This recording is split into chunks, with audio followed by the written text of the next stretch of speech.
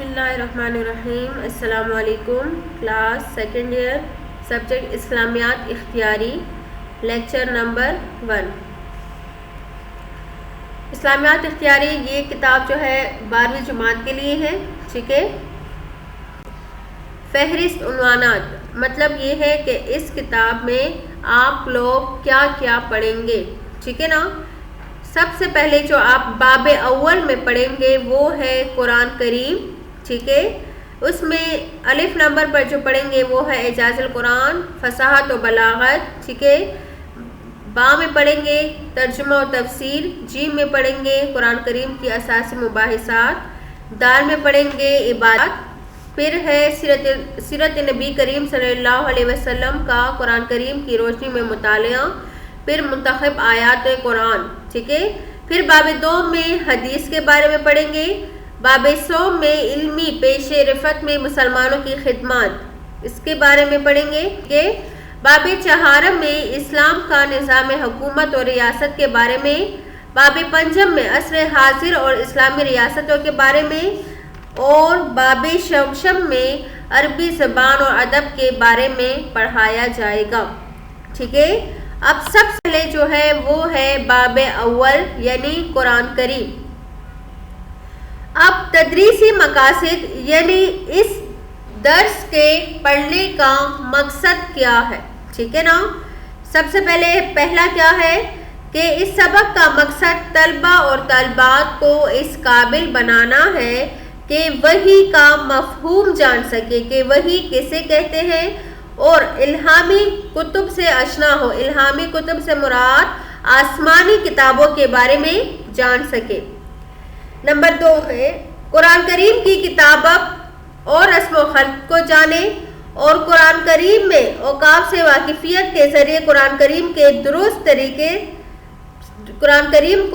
طریقے سے پڑھنا جان سکے, اور نیز قرآن کریم کے آداب اور اس کے متعلق امور کی پابندی کر سکے. نمبر 3 میں ہے قرآن کریم کو اس کی فصاحت اور بلاغت کے ادراک اور اس کے مضامین کی ہمہ تنوع کے فہم کے ساتھ اس طرح مطالعہ کر سکے کہ انہیں معلوم ہو جائے کہ قرآن کریم دائمی ضابطہ حیات ہے. ٹھیک ہے.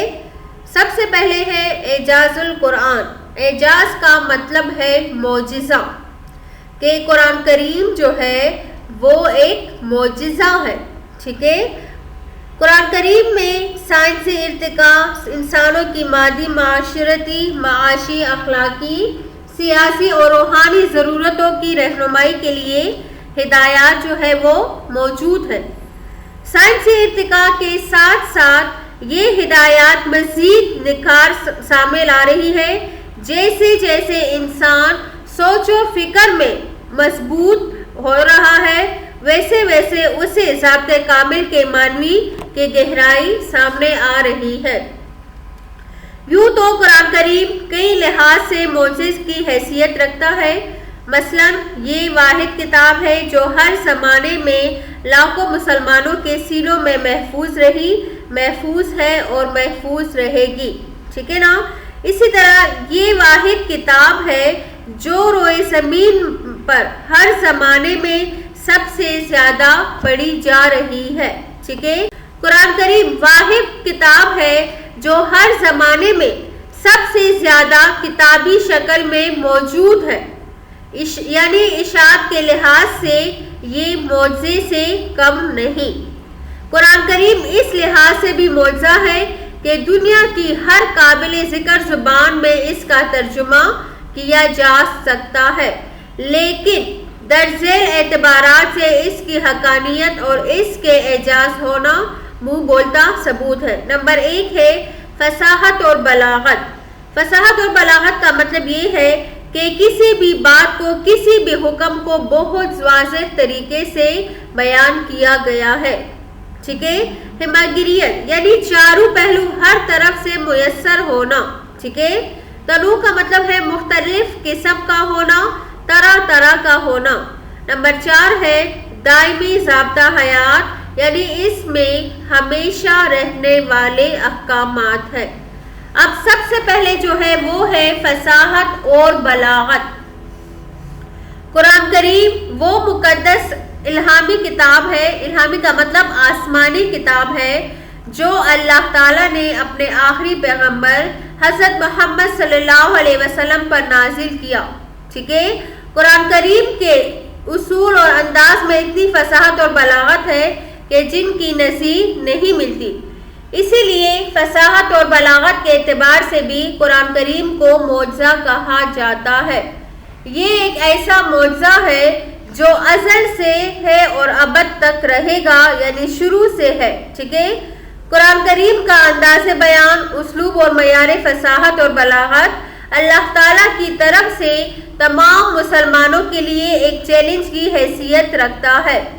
قرآن کریم میں واضح طور پر یہ چیلنج بیان کیا ہے، وَإِن كُنتُمْ فِي رَيْبٍ مِّمَّا نَزَّلْنَا عَلَىٰ عَبْدِنَا فَأْتُوا بِسُورَةٍ مِّن مِّثْلِهِ۔ ٹھیک ہے، وَادْعُوا شُهَدَاءَكُم مِّن دُونِ اللَّهِ إِن كُنتُمْ صَادِقِينَ۔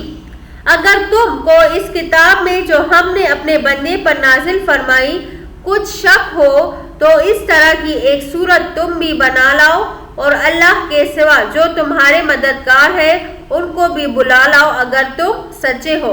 تو یہ کیا ہے؟ ایک طرح کا چیلنج ہے۔ ٹھیک ہے نا۔ آگے ہے قرآن کریم کی لفظی اور معنی۔ ٹھیک ہے، محاسن ذوق ٹھیک ہے، یعنی خوبیاں بیان رکھنے والے کو تسکین کرتے ہیں اور اہل دل کے لیے پیغام حیات ہے۔ قرآن کا دلیل پیش کرنے کا طریقہ اور انداز تخاطب ایسا ہے کہ دل میں اتر جاتا ہے۔ ٹھیک ہے نا۔ یہی وجہ ہے کہ قرآن نے اپنے لیے درج ذیل لاجواب الفاظ استعمال کیے ہیں۔ نمبر 1 ہے الکتاب، یعنی خاص کتاب، الفرقان حق اور باطل میں تمیز کرنے والی، النور روشنی، اور الشفا جو ہے وہ ہے پیغام صحت۔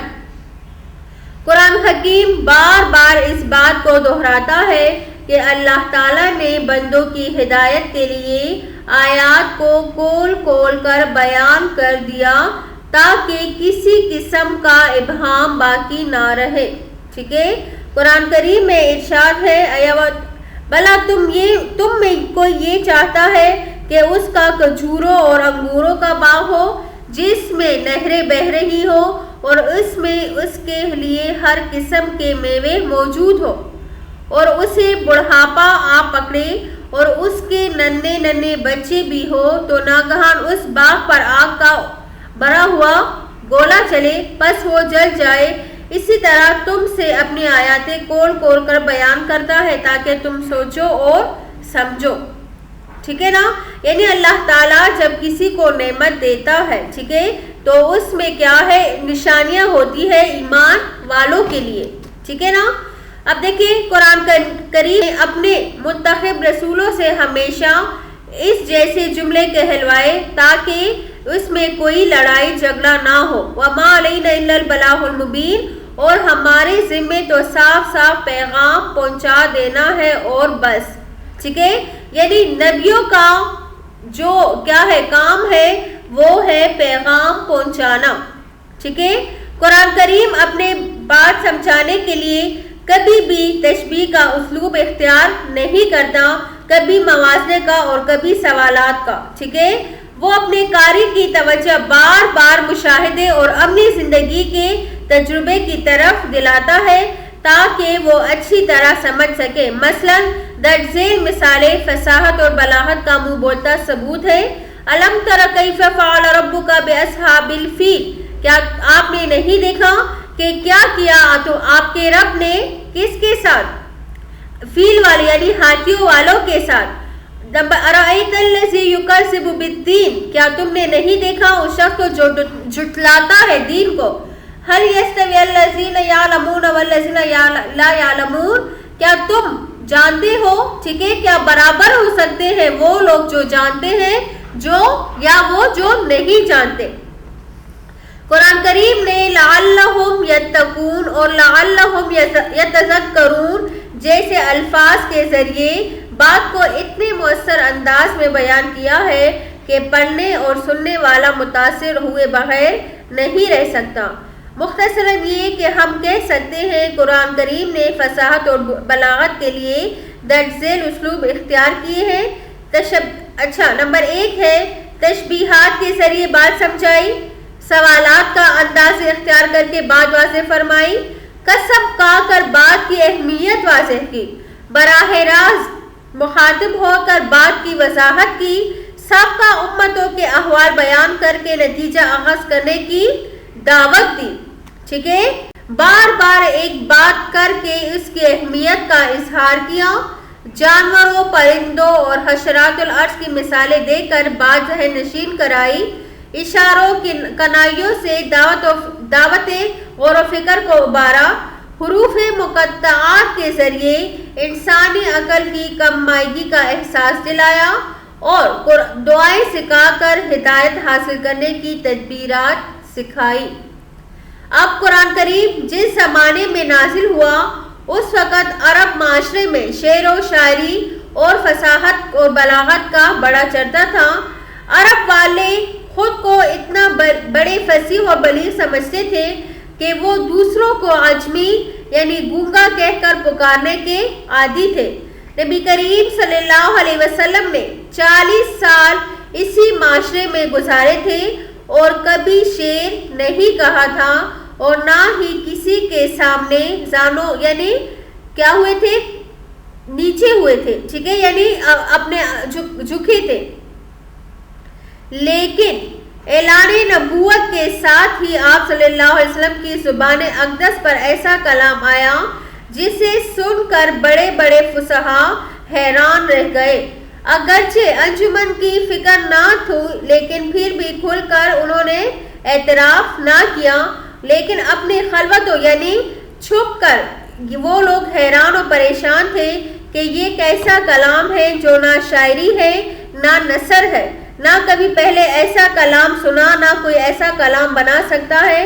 گویا قرآن کریم کے معجزہ ہونے کا ایک پہلو یہ بھی ہے کہ اس جیسی ادبی زبان، اس جیسی فصاحت اور بلاغت اور اس جیسا اسلوب کسی اور کتاب میں موجود نہیں ہے۔ تو یہ قرآن کریم فصاحت اور بلاغت کا ایک عمدہ نمونہ ہے کہ جس میں کسی بھی بات کو، کسی بھی حکم کو بہت اچھے اور واضح طریقے میں بیان کیا گیا ہے۔ ٹھیک ہے، آج کے لیے اتنا کافی ہے، پھر آئندہ انشاءاللہ آگے چلیں گے۔ والسلام، شکریہ۔